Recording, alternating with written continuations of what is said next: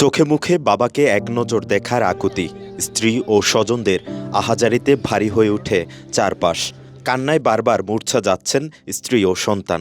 শোকের আবহে নিস্তব্ধ র্যাব ৭-এর কার্যালয়। বিধাতার বিধান না চাইলেও প্রিয় বাবাকে শেষ বিদায় জানাতে হলো ছোট্ট মুনতাহার। ওদেরও যেন এমন হাড়গোড় ভেঙে দেয়, আমার বাবাকে ওরা রাখে নাই। আমার স্বামীর কিছু রাখে নাই, এই সন্ত্রাস বাংলাদেশের জন্য না থাকে। মঙ্গলবার দুপুরে চট্টগ্রামে র্যাব ৭-এর কার্যালয়ে অনুষ্ঠিত হয় সন্ত্রাসীদের হামলায় নিহত র্যাব সদস্য নায়েব সুবেদার মোতালেব হোসেন ভূঁইয়ার জানাজা। জানাজায় অংশ নেন র্যাবের মহাপরিচালক AKM শহীদুর রহমান সহ ঊর্ধ্বতন কর্মকর্তারা। আমরা বিচার চাই, তাদেরকে দিনে দিনে যেন এভাবে মারধর করে ওদের জন্য ফাঁসি হয়। আমার আব্বুরা যারা এই অবস্থা করছে, আমি তাদের বিচার চাই, তাদের যাতে ফাঁসি হয়। এবং আমার আব্বুরা যেভাবে মারছে তাদেরকে এমনি মারা উচিত। আমার বাবাকে যারা এমন করছে, আমি তাদের বিচার চাই, ফাঁসি চাই। পরিবারের সদস্যরা খুনিদের সর্বোচ্চ শাস্তির দাবি জানিয়ে বলেন, শুধু চট্টগ্রাম নয়, পুরো বাংলাদেশ থেকে সন্ত্রাসীদের নির্মূল করতে হবে। কোন সৈনিক যেন আর এইভাবে আমার ছেলে মেয়েরা যেভাবে এতিম হয়েছে, আর যেন কোন সৈনিক এমনি ফ্যামিলি হারাইয়া দুনিয়া থেকে যায় না। সন্ত্রাস মুক্ত একটা বাংলাদেশ চাই আমরা। আমার আন্টির পৃথিবীতে কেউই নেই।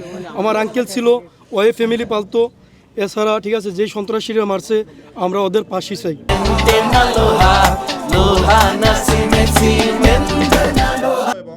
জানাজা শেষে মহাপরিচালক বলেন, চট্টগ্রামের জঙ্গল সলিমপুরে সন্ত্রাসীদের আস্তানা ভেঙে চুরমার করে দেওয়া হবে। যে কোনো মূল্যে মোতালেব হত্যার বিচার নিশ্চিত করা হবে। পাশাপাশি তিনি শোক সন্তপ্ত পরিবারের পাশে থাকার আশ্বাস দেন।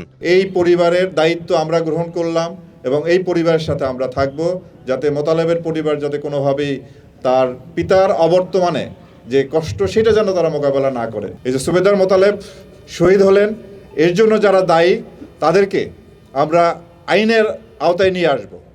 আমরা তাদেরকে জুডিশিয়াস প্রসেসে বিচারিক কার্যক্রমের মাধ্যমে যাতে তাদের সাজা নিশ্চিত হয় সেটি আমরা নিশ্চিত করব যে কোনো মূল্যে।